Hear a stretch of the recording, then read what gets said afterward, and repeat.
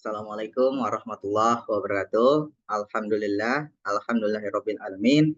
Pada kesempatan kali ini saya akan mempresentasikan tugas 3 di mata kuliah Keamanan Komputer dan Jaringan. Nah, tema pada tugas ini yaitu implementasi kriptografi atau steganografi. Tools yang saya gunakan yaitu tools NAPS atau disingkat dengan JIT. Nah, kita langsung saja. Pertama adalah penginstalan. Nah, di sini kita harus perhatikan terlebih dahulu di terminal kita, di terminal kalian kita, apakah tools ini sudah ada atau tidak. Jika tidak ada, kita harus menginstalnya dengan perintah sudo apt install gnaps. Seperti pada gambar, setelah diproses, kita sudah bisa menggunakannya. Nah, ini perintah yang berikutnya, yaitu GPG Full Generation Key.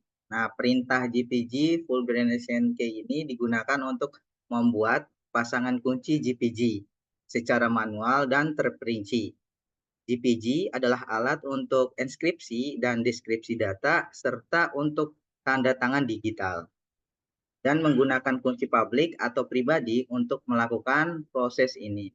Seperti pada gambar, kita bisa lihat ketika kita menjalankan perintah ini, kita disuguhkan dengan beberapa pilihan dari 1 sampai 14.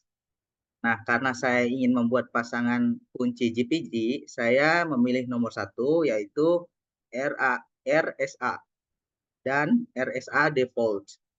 Nah, karena di menu ini kita bisa membuat kunci itu. Saya klik 1 atau menulis 1. Setelah itu enter. Nah, di situ kita bukan lagi yaitu RSK My Bad Badway 1024 dan 4096. Nah, ini muncul sebagai bagian dari proses pembuatan kunci RSA penggunaan GPG. Nah, di sini saya menulis yaitu 4096.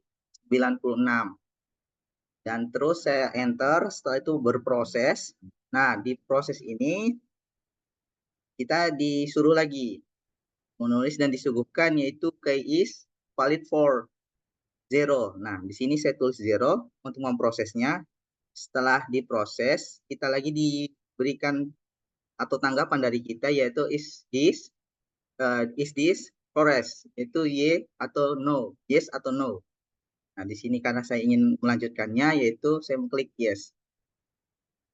Lanjut ketika saya sudah yes dan diproses, kita juga disuguhkan lagi yaitu data user ID itu identifies your key. Nah, di sini kita bisa tulis nama-nama kita sendiri aja, nama kita dari real name, email address, dan comment. Nah, di sini real name-nya saya taruh nama saya sendiri yaitu Ikhwanul Fikri Ramadan, email address-nya yaitu email saya sendiri ikhwanulfikrirramadan7@gmail.com. Nah, komentarnya di komentar ini bebas karena pada kali ini saya membuat untuk tugas saya. Di sini komentarnya saya tulis tugas kelompok keamanan komputer dan jaringan. Selanjutnya, nah setelah kita mengisi data yang dibutuhkan, kita langsung diarahkan untuk pembuatan sandi. Nah, di pembuatan sandi ini itu bebas dari gabungan angka, huruf, dan simbol-simbol. Setelah kita sudah menentukan sandi kita klik OK. Nah,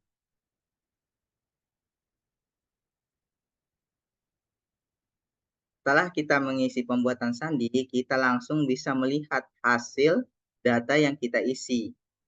Nah, seperti gambar di atas, kita bisa lihat dari nama saya, terus komentar, tugas kelompok keamanan komputer dan jaringan, dan email saya juga.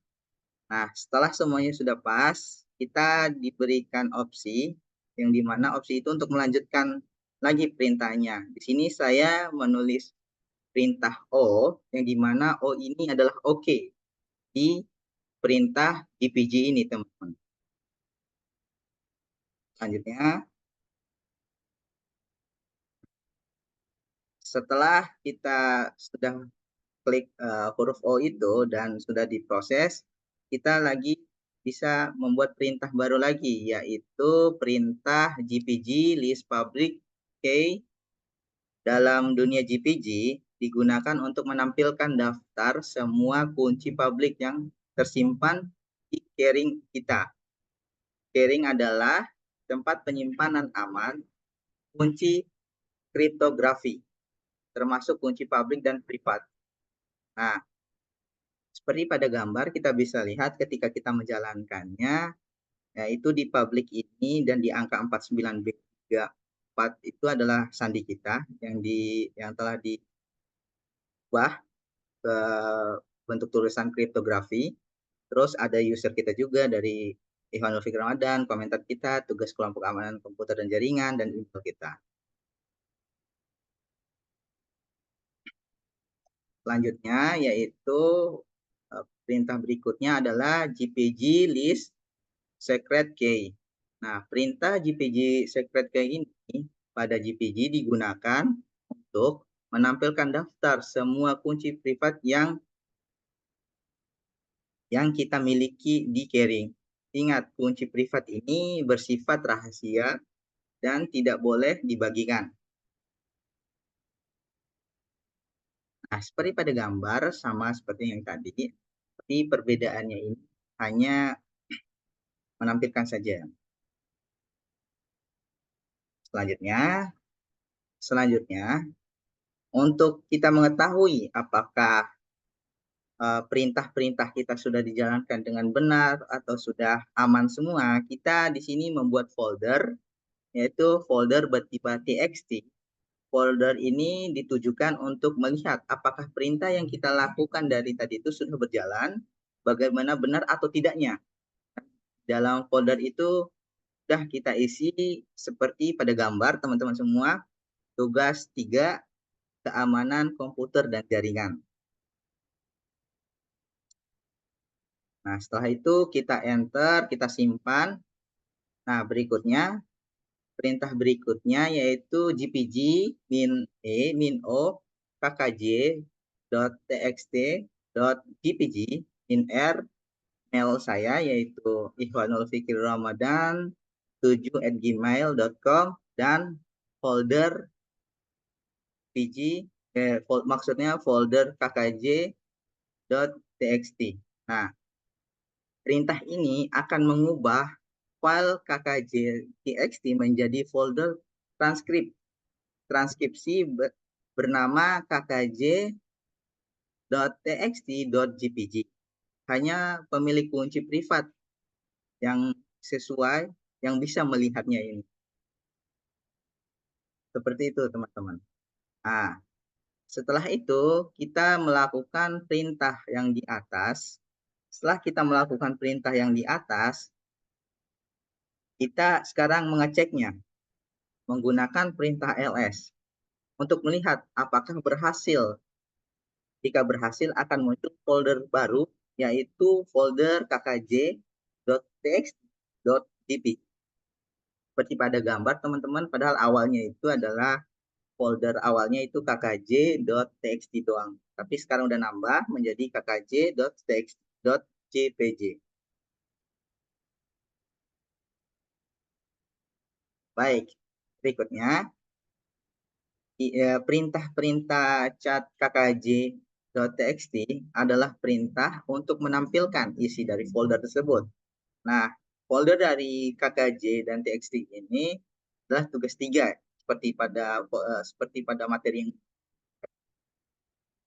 itu tugas 3, keamanan komputer dan jaringan. Selanjutnya kita ngecek lagi folder yang baru yang kita buat tadi, yaitu chat kkj.txt.gpg.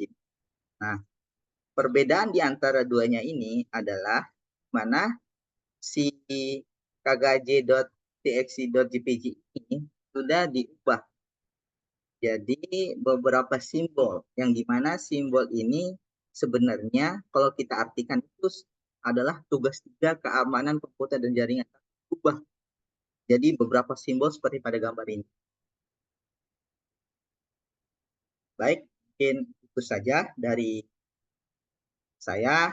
Sekian. Assalamualaikum warahmatullahi wabarakatuh.